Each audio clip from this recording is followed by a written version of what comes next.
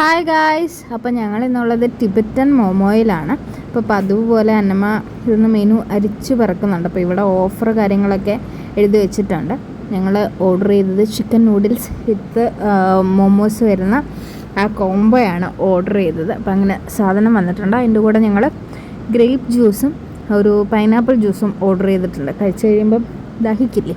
അപ്പോൾ ആദ്യം തന്നെ അന്നമ്മ ഗ്രേപ്പ് ജ്യൂസ് ടേസ്റ്റിയാണ്. അന്നമ്മയുടെ ഫേവറേറ്റ് സാധനമാണ്. കുടിച്ചിട്ട് ആൾ പറഞ്ഞിരിക്കുന്നത് അടിപൊളി എന്നാണ്. ഇനിയാണ് മെയിൻ ഐറ്റം വരുന്നത്. ഇപ്പോഴാണ് എനിക്ക് വേണ്ടി ഓർഡർ ചെയ്ത പൈനാപ്പിൾ ജ്യൂസ് ആയിരുന്നത്.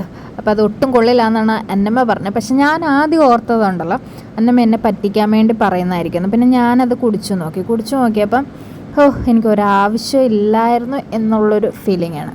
അതിനുശേഷം നൂഡിൽസ്, എങ്കിൽ പിന്നെ പൈനാപ്പിൾ ജ്യൂസ് പോയതല്ല, അപ്പം നൂഡിൽസ് കഴിക്കാം.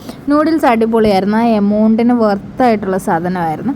ആദ്യം എനിക്കൊരു കൺഫ്യൂഷൻ ഉണ്ടായി ആ പൈനാപ്പിൾ ജ്യൂസിൻ്റെ ടേസ്റ്റ് നിന്നതുകൊണ്ട്. പിന്നെ എനിക്കത് ഒരുപാട് ഇഷ്ടമായി. സൂപ്പർ സാധനമായിരുന്നു. അപ്പോൾ ഞങ്ങൾക്ക് 2 പേർക്കത് ഒരുപാടുള്ളതുപോലെ ഫീൽ ചെയ്തു. അതിനുശേഷം ഓർഡർ ചെയ്തത് മോമോസാണ്. പിന്നെ അത് ഭയങ്കര ചൂടുണ്ടായിരുന്നു, അതുകൊണ്ട് പിന്നെ മുറിച്ച് ഒരു തരത്തിലാണ് അന്നമ്മത് ട്രൈ ചെയ്തത്. അപ്പോൾ മോമോസ് പിന്നെ ഞങ്ങൾക്ക് എങ്ങനെ കിട്ടിയാലും ഇഷ്ടമാകും. പക്ഷേ ഇത് നല്ല ടേസ്റ്റ് ഉണ്ടായിരുന്നു, അടിപൊളിയായിരുന്നു. അപ്പോൾ അതിനുശേഷം അന്നമ്മയുടെ കുറച്ച് ഷോ ഉണ്ടായിരുന്നു. പട്ടി ഷോ എന്ന് പറഞ്ഞാൽ പട്ടി ഷോ ആയിരുന്നു.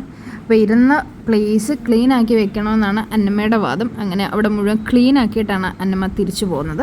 Next item on the stage 99 രൂപ കൊടുത്ത് ഞങ്ങൾ വാങ്ങിയ ചിക്കൻ പോപ്കോൺ ആണ്. ഗൈസ്, ടേസ്റ്റ് വൈസ് നോക്കുവാണെങ്കിൽ ഞങ്ങൾക്ക് 2 പേർക്കും അത് അധികം ഇഷ്ടമായില്ല. അപ്പോൾ കഷ്ടപ്പെട്ടാണ് കഴിച്ചത്. നിങ്ങൾക്ക് ഇഷ്ടപ്പെടുമായിരിക്കും, ഓരോരുത്തർക്കും ഓരോരോ ടേസ്റ്റ് ആണല്ലോ. അപ്പോൾ നിങ്ങൾ വന്ന് ട്രൈ ആക്കുക കേട്ടോ.